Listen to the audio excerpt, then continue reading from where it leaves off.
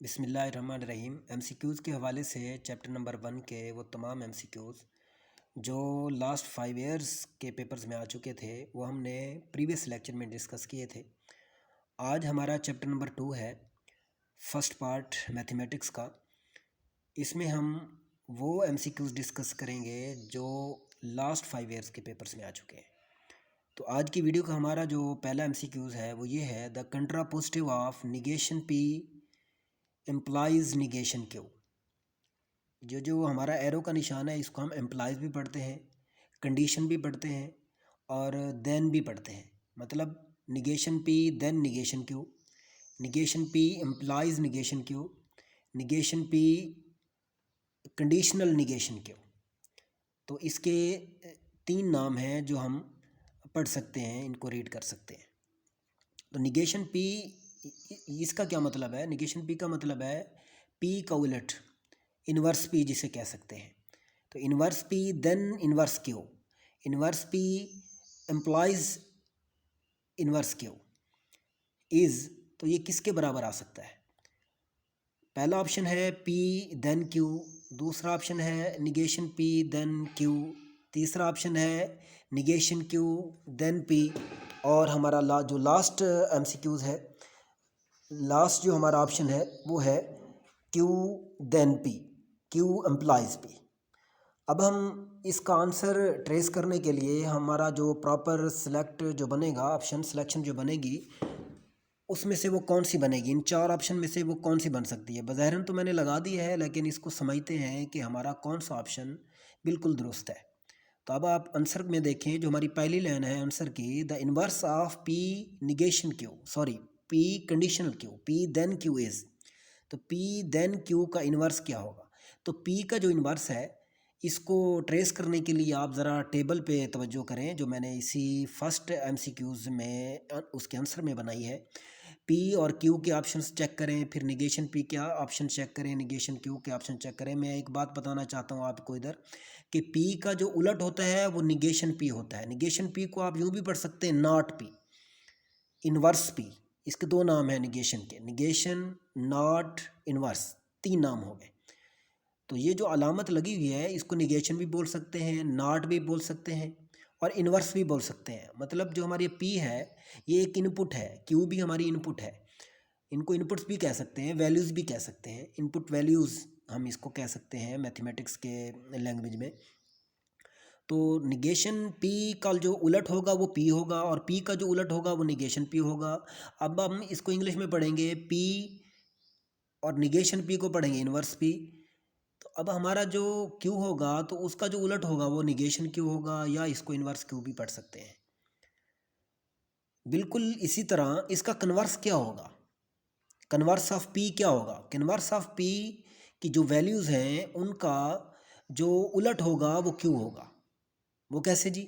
अब देखिए ज़रा गौर करें, इधर ही इसी टेबल में पी की वैल्यूज़ चेक करें, फिर निगेशन पी की वैल्यूज़ चेक करें, क्यू की वैल्यूज़ चेक करें, फिर निगेशन क्यू की वैल्यूज़ चेक करें। अब आप वैल्यूज़ पर तवज्जो ना करें, आप ये देखें कि आपने निगेशन पी का आंसर कैसे निकालना है विदाउट वैल्यूज़, वैल्यूज़ भी ना हो और फिर भी आपने उसका आंसर निकालना है। सिंपल सी बात है कि पी का जो इन्वर्स होगा वो निगेशन पी से ज़ाहिर कराएंगे, जो क्यू का होगा वो निगेशन क्यू से ज़ाहिर करवाएंगे। अगर वो हमसे कन्वर्स ऑफ पी पूछ लेता है, जिस तरह अब हमारे क्वेश्चन में the contrapositive of negation P then negation Q है, हम अब जब तक हमें कंट्रापोजिटिव का ही नहीं पता होगा तो हम कैसे उस क्वेश्चन को सॉल्व कर पाएंगे? तो सबसे पहले निगेशन, कन्वर्स, कंट्रापोजिटिव इनको समझना बहुत ज़रूरी है। तो negation P inverse P, not P. अब कन्वर्स क्या है और किस चीज़ का कन्वर्स? कन्वर्स ऑफ पी होगा क्यू के बराबर और कन्वर्स ऑफ क्यू पी के बराबर होगा। ये आपके जहन में होना चाहिए जब आप एग्ज़ामिनेशन हॉल में बैठे होंगे, तो उसमें आपको ये सॉल्व नहीं करना पड़ेगा, ये टेबल नहीं बनाने पड़ेगी। ये टेबल मैंने आपको समझाने के लिए बनाई है कि ताकि आप का जो भी क्वेश्चन इस टाइप का आए तो आप फ़ौरन उसको हल कर सकें। तो पी का जो उलट बनेगा इन्वर्स, तो इन्वर्स ऑफ पी वो पूछ सकता है the what will be the inverse of P, तो सिंपल सी बात है निगेशन पी। अब वो पूछेगा कि कन्वर्स क्या है आगे पी का, what will be the converse of P? तो आपको जहन में होना चाहिए कि कन्वर्स जो पी का होगा वो क्यू होगा, और क्यू का जो कन्वर्स होगा वो पी होगा। Same as it contrapositive of P का क्या बनेगा? कंट्रापोजिटिव ऑफ पी, तो कंट्रापोजिटिव ऑफ पी का वो निगेशन क्यू बनेगा। ये आपके जहन में होना चाहिए एमसीक्यूज के हवाले से। अगर आपको वो पूछता है कि कंट्रापोजिटिव ऑफ क्यू क्या होगा, तो कंट्रापोजिटिव ऑफ क्यू का निगेशन पी होगा, उलट होगा।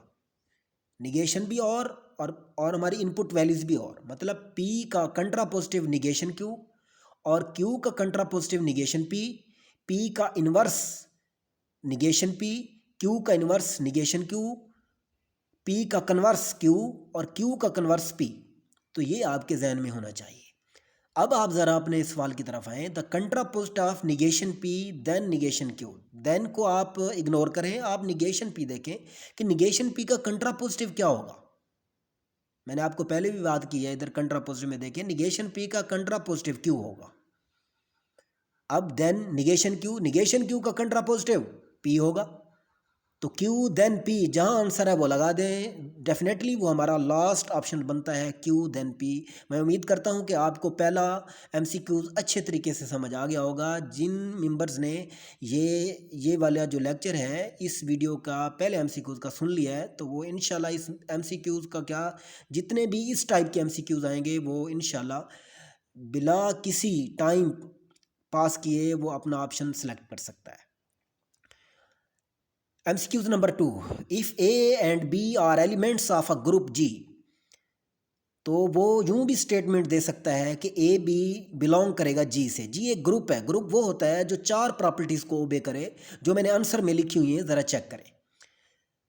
अब मैं दोबारा स्टेटमेंट पढ़ रहा हूँ। If A and B are belongs to Q, वो यूं भी लिख सकता है और यूं भी लिख सकता है if A and B are elements of a group then A B inverse equals to. तो A B इनवर्स इक्वल्स किसके बराबर होगा? अगर ये दोनों एलिमेंट्स A और B एक ग्रुप से ताल्लुक़ रखते हैं। सबसे पहले तो ये है कि इसमें ग्रुप क्या चीज़ है, ग्रुप को आपको समझना पड़ेगा। जिन स्टूडेंट्स को ग्रुप का ही नहीं पता वो इस MCQs को हल ही नहीं कर सकते सिवाय रटे के।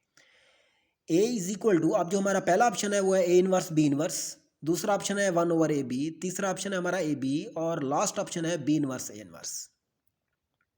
अब हम देखते हैं कि ये लास्ट ऑप्शन आया कैसे। हमारे पास एक सेट ऑफ इंटीजर्स है मॉडुल ऑफ 5। मॉडुल ऑफ 5 का जो हमारा सेट ऑफ इंटीजर्स बनेगा वो क्या बनेगा? 0 1 2 3 एंड 4। ये हमारे पास एलिमेंट्स हैं मॉडुल ऑफ 5 के। अब ये सेट जो है, ये जो इंटीजर्स ऑफ सेट का मैंने दिया है, ये सेट उस वक्त तक ग्रुप नहीं कहलाएगा जब तक ये 4 प्रॉपर्टीज़ ओबे नहीं करेगा जो मैंने यहाँ आपको मेंशन करवा दी है। फर्स्ट प्रॉपर्टी कुलैयर प्रॉपर्टी, कुलैयर प्रॉपर्टी को क्लोज्ड प्रॉपर्टी भी कहते हैं। Second property associative law, third property identity, and fourth property is inverse. मतलब हर एलिमेंट इनवर्स भी रखता हो, हर एलिमेंट आइडेंटिटी भी रखता हो, हर एलिमेंट एसोसिएटिव लॉ भी ओबे करवा रहा हो, और कुलैयर प्रॉपर्टी भी हर एलिमेंट में होनी चाहिए। अगर कोई भी सेट इन 4 प्रॉपर्टीज़ को ओबे करता है तो वो वाला सेट नहीं कहलाएगा, बल्कि वो वाला सेट ग्रुप कहलाएगा। अगर ऐसी बात है कि कोई भी एलिमेंट्स अगर वो ग्रुप से ताल्लुक़ रखते हैं, मतलब वो 4 प्रॉपर्टीज़ को ओबे करते हैं, तो उनका जो जवाब आएगा वो हमारे पास लास्ट ऑप्शन वाला आएगा, मतलब उलट आएगा, B इनवर्स A इनवर्स। ये आपके जहन में होना चाहिए। अगर ये सिंपल लिख देता है if A and B are any member, तो फिर हमारा फर्स्ट ऑप्शन आएगा A इनवर्स B इनवर्स, कोई भी आ सकता है। उसने ग्रुप को मेंशन किया है, तो ग्रुप को मेंशन करने का मतलब यही है कि वो आइडेंटिटी भी रखता है, वो हमारे पास इन्वर्स भी रखता है, वो कुलैयर प्रॉपर्टी भी एग्जिस्ट करता है, वो एसोसिएटिव लॉ भी एग्जिस्ट करता है। तो जो 4 प्रॉपर्टीज़ वो भी करवा रहा है, इसका मतलब है वो ग्रुप के एलिमेंट्स हैं। ग्रुप के एलिमेंट्स में ये वाली प्रॉपर्टी आती है कि A B इनवर्स जो होता है वो उसके उलट होगा, B inverse multiplication of A inverse. MCQ number 3, और ये बड़ा मज़ेदार हमारा MCQs है। इफ़ ए कंप्लीमेंट इसको ब्रैकेट में मैंने शो कर दिया। आप वो MCQ देने वाला यूं भी लिख सकता है if A is the complement of the set A, तो मैंने उसको ब्रैकेट में शो करवा दिया है। If A complement is the complement of the set A, then मतलब मैंने वो स्टेटमेंट भी लिख दी है और उसका साइन भी लिख दिया है। इसलिए मैं दोबारा रिपीट कर रहा हूँ इसको।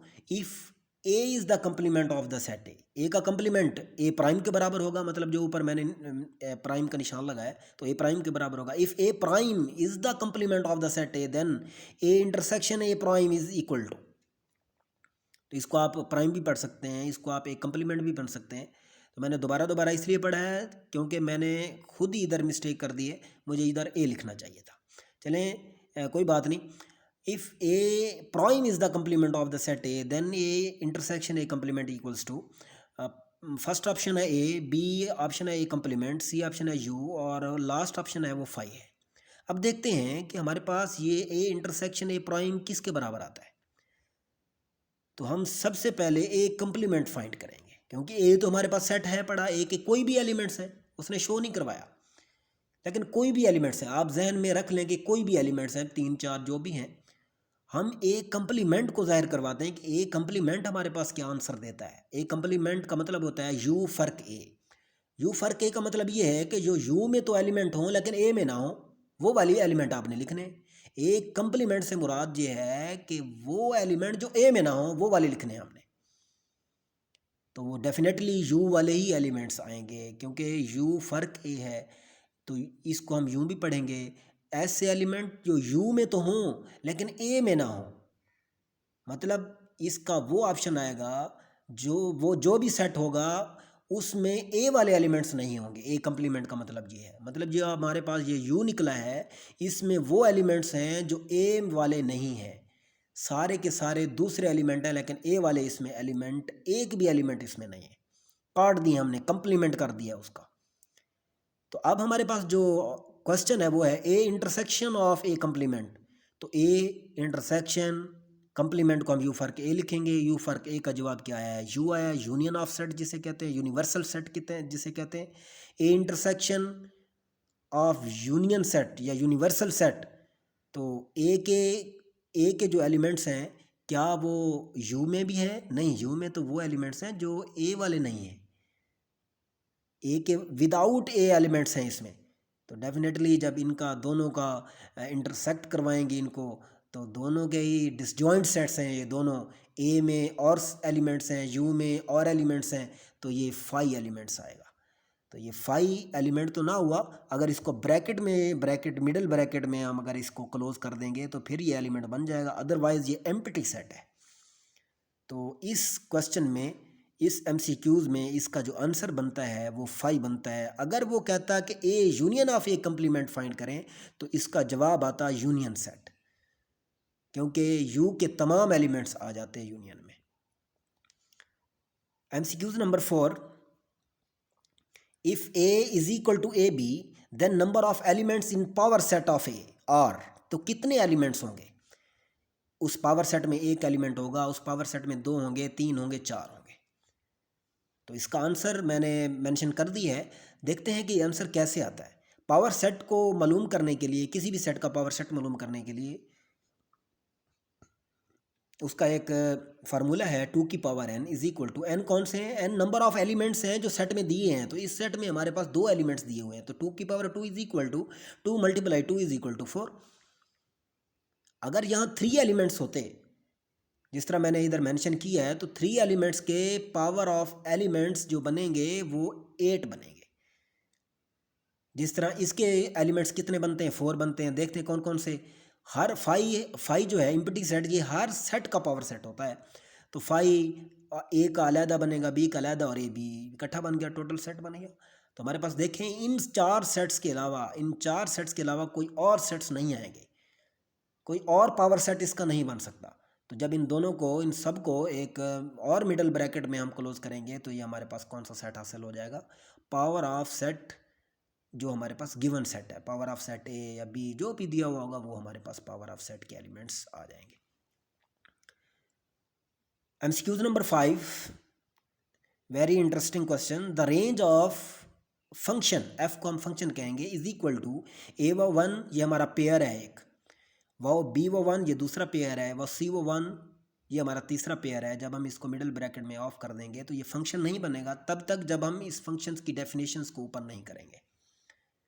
तो ये इधर समझाने के लिए हमारे पास टाइम बहुत शॉर्ट है, तो इसके भी लेक्चर्स इंशाल्लाह अपलोड होंगे।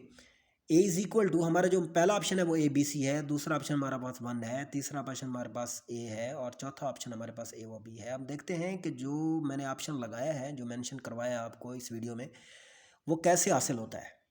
हम जानते हैं कि किसी भी फंक्शन का जो डोमेन होता है वो पेयर के पहले एलिमेंट्स होते हैं। फंक्शंस दिया हुआ है, उसकी डोमेन आपने फाइंड करनी है, तो पेयर के पहले एलिमेंट्स जो होंगे वो हमारे पास डोमेन होगी, और जो हमारे पास सेकंड एलिमेंट्स होंगे, पेयर के सेकंड एलिमेंट्स, वो हमारे रेंज आएंगे। तो अब इसकी जो डोमेन बनेगी वो इस क्वेश्चंस के में जो फंक्शन दिया हुआ है, इसकी जो डोमेन बनेगी वो बनेगी ए बी व सी, लेकिन उसने रेंज पूछी हुई है। रेंज में हमारे पास सेकंड एलिमेंट्स को चेक करना होता है, और वो एलिमेंट्स पहले पेयर में भी 1 है, दूसरे में भी 1 है, तीसरे में भी 1 है, तो हम 1 को बार बार रिपीट नहीं करवा सकते, इसलिए एक ही लिखेंगे। और हमारे पास इस क्वेश्चंस की जो रेंज आएगी, मतलब और एफ, वो हमारे पास क्या आएगी, 1। अब इसकी मिसाल मैंने आपको दी हुई है इसमें आंसर में। ए एक सेट है 1 2 3, उसमें 3 एलिमेंट्स हैं, और बी में भी 3 एलिमेंट्स हैं, लेकिन डिसजॉइंट एलिमेंट्स हैं, ओवरलैपिंग नहीं कर रहा है वो। ओवरलैपिंग से मुराद के दोनों में कॉमन एलिमेंट्स होने चाहिए, तो कॉमन एलिमेंट्स नहीं हैं। जिस तरह हमारे पास MCQ नंबर 3 में देखें, इसमें ए और यू में ओवरलैपिंग नहीं हो रही थी, क्योंकि यू में वो अरकान है जो ए में नहीं है, और ए में वो अरकान है जो यू में नहीं है। तो वो वाले एलिमेंट्स हमने जब इनको इंटरसेक्ट करवाया तो ये 5 आया। अब इसी तरह इधर भी हमारे पास ऐसा ही है कुछ, कि ए और बी में डिसजॉइंट एलिमेंट्स हैं, इनका हम फंक्शन बनाते हैं ए टू बी, तो हम इसके रिलेशंस बनाएंगे। रिलेशन ए क्रॉस बी में जितने भी बनेंगे, मतलब 1 को पेयर करवाएंगे ए बी सी के साथ, फिर 2 को ए बी के साथ, फिर 3 को ए बी सी के साथ, जितने भी पेयर्स बनेंगे उनका एक फंक्शन सेलेक्ट कर लेंगे। जो फंक्शन की डेफिनेशन पर पूरा उतरेगा वो हमारे पास एक रिलेशन हम आ जाएगा, उस रिलेशन को हम फंक्शन का नाम दे देंगे। अब देखिए, एक मैंने फंक्शन सेलेक्ट कर लिया, इसमें जो डोमेन है वो 1 2 3 है, क्योंकि अब डोमेन हमारे पास फर्स्ट एलिमेंट्स होते हैं और रेंज जो हमारे हैं वो सेकंड एलिमेंट्स होते हैं। अब फर्स्ट एलिमेंट्स भी में भी अगर कोई रेपिटेशन आती तो हमारा फंक्शन ही ना होता, क्योंकि डोमेन में रेपिटेशन आ गई है, इसमें रेपिटेशन नहीं आई, 1 2 3 सेम है। रेंज में बेशक रेपिटेशन आए बेशक ना आए, लेकिन डोमेन में रेपिटेशन नहीं आनी चाहिए। तो हमारे पास इस एग्जांपल में domain of F D F 1 2 3 बनेगी और रेंज ऑफ एफ ए भी बनेगी। MCQ नंबर 6, ये मैं अच्छे तरीके से आपको समझा चुका हूँ। If negation P then Q be a given conditional, पहले भी मैंने आपको बताया कि ये इसके 3 नाम हैं एरो के, देन, कंडीशनल और इम्प्लाइज। एक होता है इम्प्लाइज दैट, वो डबल एरो लगाते हैं, एरो एक ही होता है लेकिन लाइनें उसके जो अपोजिट साइड पे होती हैं वो क्या होती हैं, डबल होती हैं। तो negation P then Q be a given conditional then its inverses. अब बहुत ही अच्छा ये क्वेश्चन है, अगर आपके जहन में फर्स्ट MCQ का कंसेप्ट है कि इनवर्स का मतलब है उलट, नॉट, तो निगेशन पी का जो उलट है वो पी बनेगा, और क्यू का जो उलट बनेगा वो निगेशन क्यू बनेगा। सिंपल सी इसमें कंसेप्ट है। तो हमारे पास कौन सा ऑप्शन आएगा, लास्ट ऑप्शन आएगा। निगेशन पी का जो हमारे पास बनेगा वो पी बनेगा, और क्यू का हमारे पास क्या बनेगा, इनवर्स, वो निगेशन क्यू बनेगा। आप चेक कर सकते हैं इसमें जो हमारे पास ये देखें टेबल में, पी का इनवर्स निगेशन पी और क्यू का इनवर्स निगेशन क्यू, तो उसने भी इनवर्स पूछा है इस क्वेश्चन में। तो आप आसानी से बता सकते हैं, आसानी से अपना टाइम बिल्कुल ख़राब करते हुए ना ख़राब करते हुए सॉरी, तो आप इसमें से बता सकते हैं। Question number 7, a groupoid with associative property is called. Groupoid with associative property, एक सेट है वो ग्रुपाइड है विद एसोसिएटिव प्रॉपर्टी, अगर वो एसोसिएटिव प्रॉपर्टी भी रखता है तो फिर वो कौन सा ग्रुप कहलाएगा, ग्रुप कहलाएगा, सेमी ग्रुप कहलाएगा, मोनाइड कहलाएगा, अबेलियन ग्रुप कहलाएगा। अब एक एग्जांपल है आयोटा माइनस आयोटा 1 - 1, तो ये वाला जो सेट है ये ग्रुप है, ये सेमी ग्रुप है, ये मोनाइड है, ये अबेलियन ग्रुप है। ज़रूरी नहीं है कि ये कोई भी ग्रुप हो, लेकिन उसने हमें एग्जांपल नहीं दी, उसने कहा कि ग्रुपाइड मज़ीद कौन सा ग्रुप कहला सकता है। अब देखते हैं कि ग्रुपाइड मज़ीद कौन सा ग्रुप कहला सकता है। पहले भी मैंने आपको डिस्कस किया है इसी लेक्चर में कि जो फर्स्ट इन 4 प्रॉपर्टीज़ को ओबे करता है जो भी सेट, वो हमारे पास ग्रुप कहलाता है। अब ऐसा सेट जो जस्ट फर्स्ट प्रॉपर्टी को ओबे करता है, कुलैयर, तो वो वाला सेट ग्रुपॉइड कहलाता है। अगर वो ग्रुपॉइड के साथ साथ, मतलब कुलैयर प्रॉपर्टी के साथ साथ एसोसिएटिव प्रॉपर्टी भी को ओबे करवा रहा होता है, तो वो वाला ग्रुप सेमी ग्रुप कहलाता है। मतलब ग्रुपॉइड ग्रुप अगर मज़ीद एसोसिएटिव प्रॉपर्टी को भी ओबे करवाता है तो वो सेमी ग्रुप, और अगर सेमी ग्रुप आइडेंटिटी रखता है, मज़ीद थर्ड प्रॉपर्टी को चेक करें ज़रा, अगर वो थर्ड प्रॉपर्टी भी रखता है तो वो मोनाइट, और अगर मोनाइट इन्वर्स भी रखता है तो वो ग्रुप।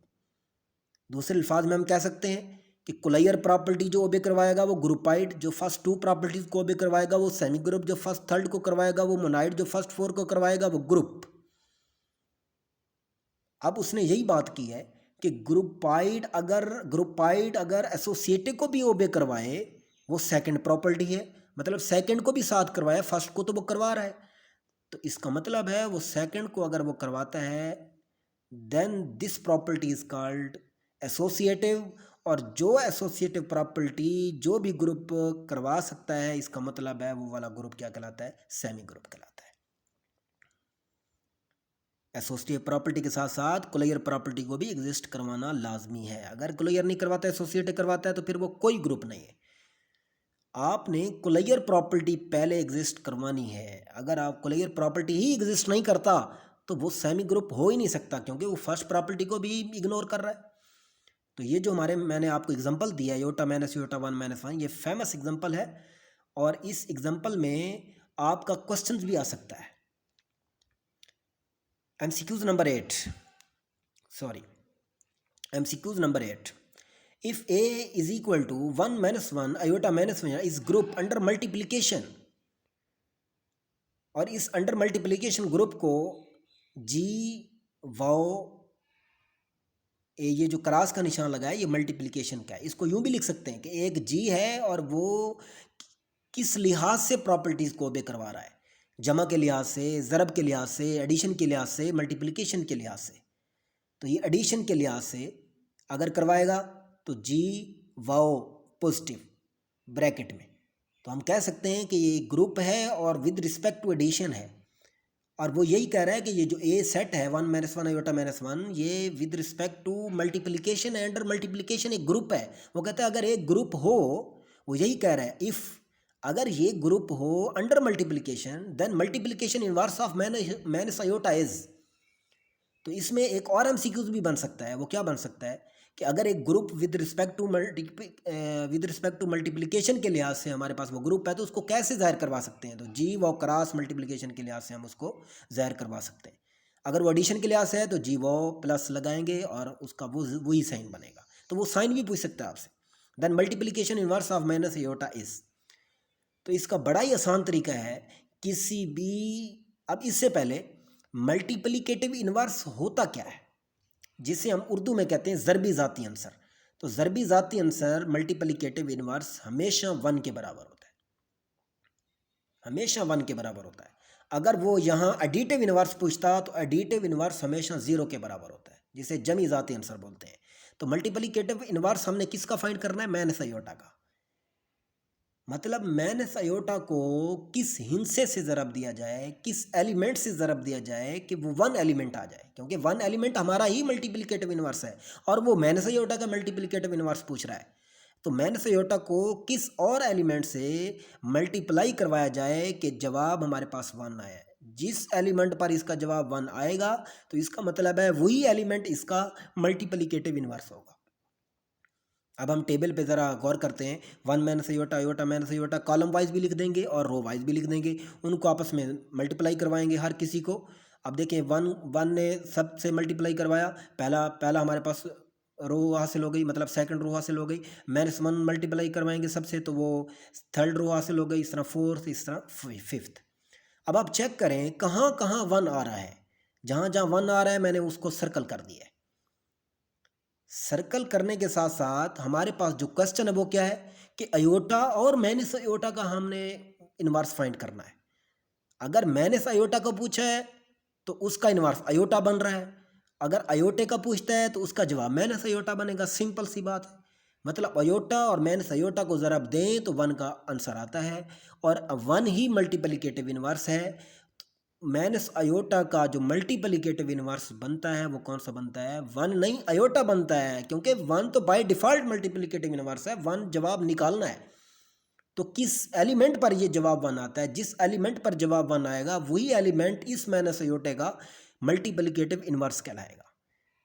तो आप जवाब में भी दे सकते हैं कि हमारा जवाब क्या है? अयोटा है। Question number 9, proposition P then Q, P condition Q, P implies Q and, ये उलट एंगल का जो एलिमेंट साइन है ये एंड है। P condition Q and P Q conditional P। दोबारा समझें, P कंडीशन Q मतलब P Q पर शर्त लगा रहा है और Q P पे शर्त लगा रहा है, दोनों एक दूसरे पे लगा रहे हैं। तो इसका मतलब है ये वाली जो कंडीशंस बनती है ये बाई कंडीशनल बनती है। बाई से मुराद दो, P Q पे लगा रहा है शर्त और Q P पे लगा रहा है, तो ये एक ही क्वेश्चन में दो कंडीशनल्स आ गए। तो हम इसको कैसे लिखेंगे? थर्ड ऑप्शन आएगा, P बाई कंडीशनल को, ये बाई कंडीशनल का साइन है।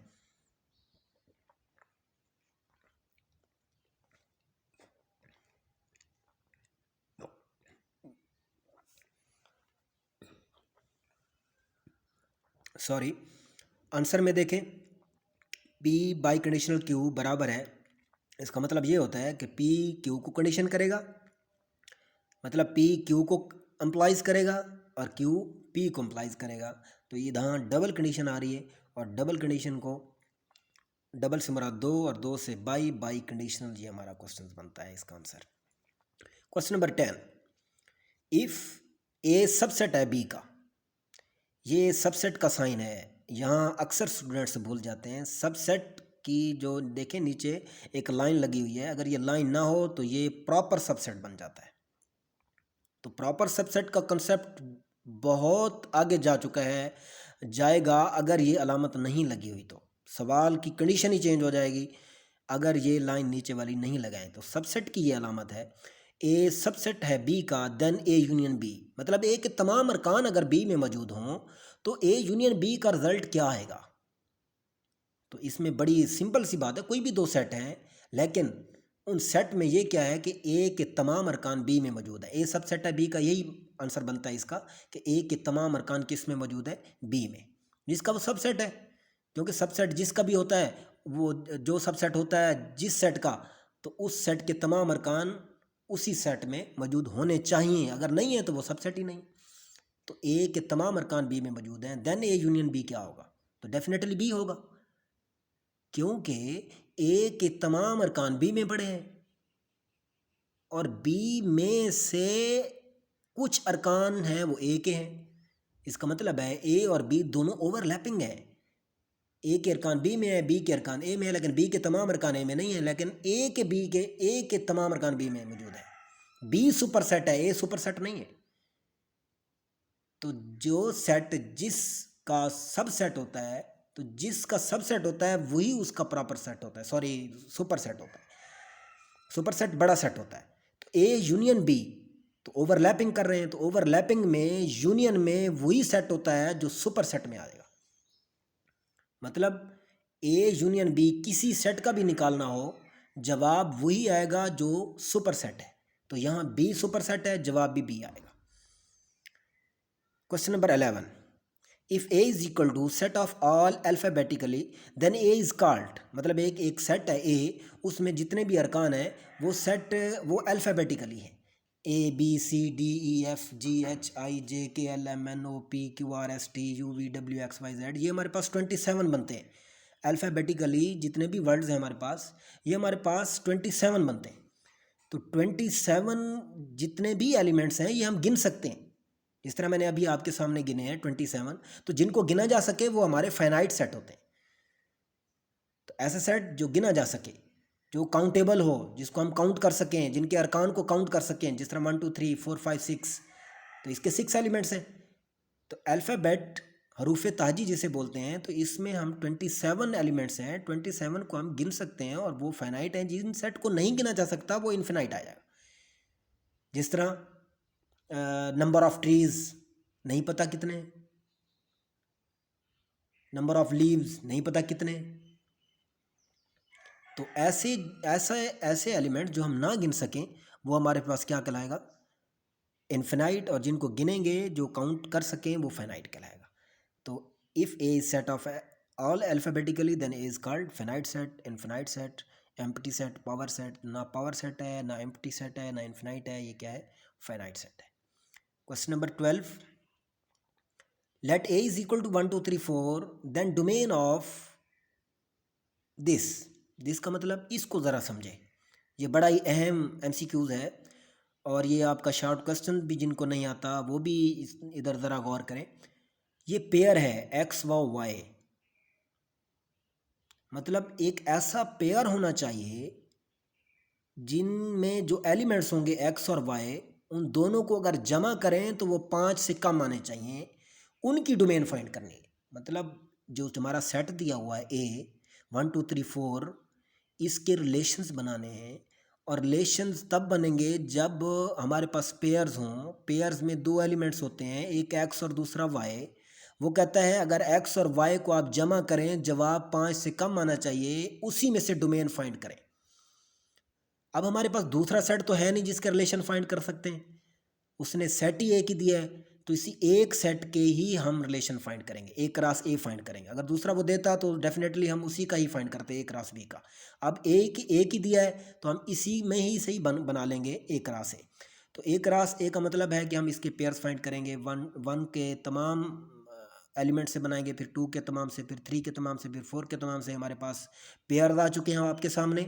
अब हम इनमें से वो पेयर सेलेक्ट करेंगे जिनका मजमुआ हमारे पास 5 से कम आएगा। जिस तरह 1 बाय 1 इसका मजमुआ जो है, इसकी जो हम सम अप करते हैं तो इनका जो आंसर है वो 2 है, और 2 5 से कम है, ये इस डोमेन का हिस्सा बनेगा, सॉरी इस क्वेश्चंस का हिस्सा बनेगा।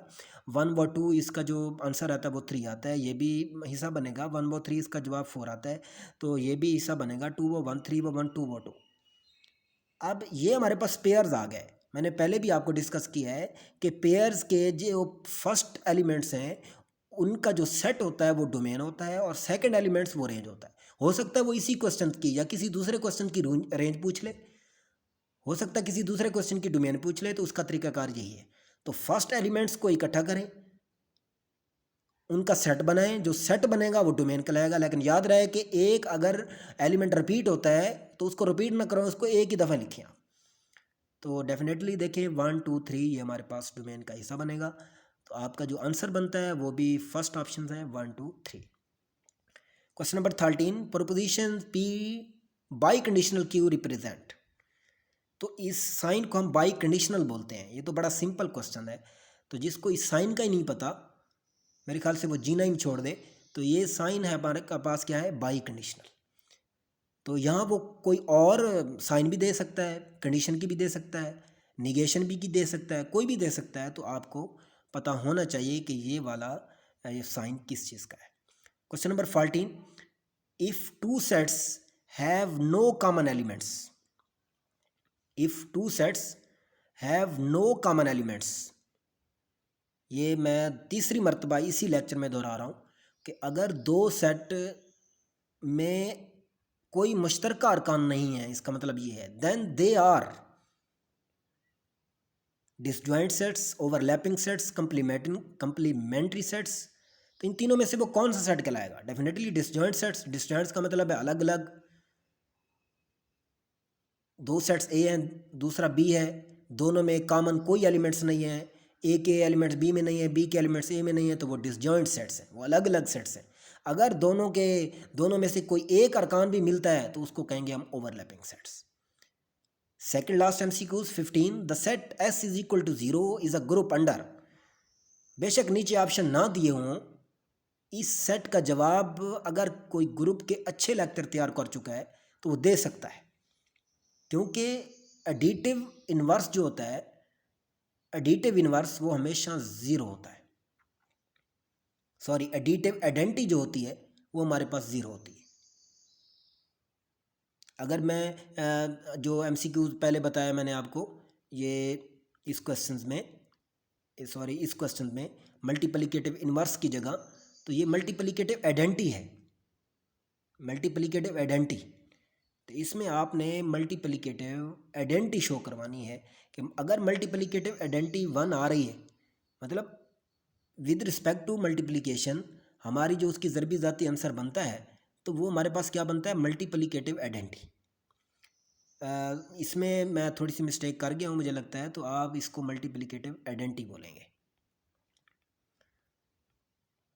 तो ये आपके पास जो सेट है S = 0, तो ये मल्टीप्लिकेटिव आइडेंटिटी नहीं है, ये एडिटिव आइडेंटिटी है। तो एडिटिव आइडेंटिटी जो है, एडिटिव आइडेंटिटी हमेशा 0 होती है और ये एडिशन में होती है।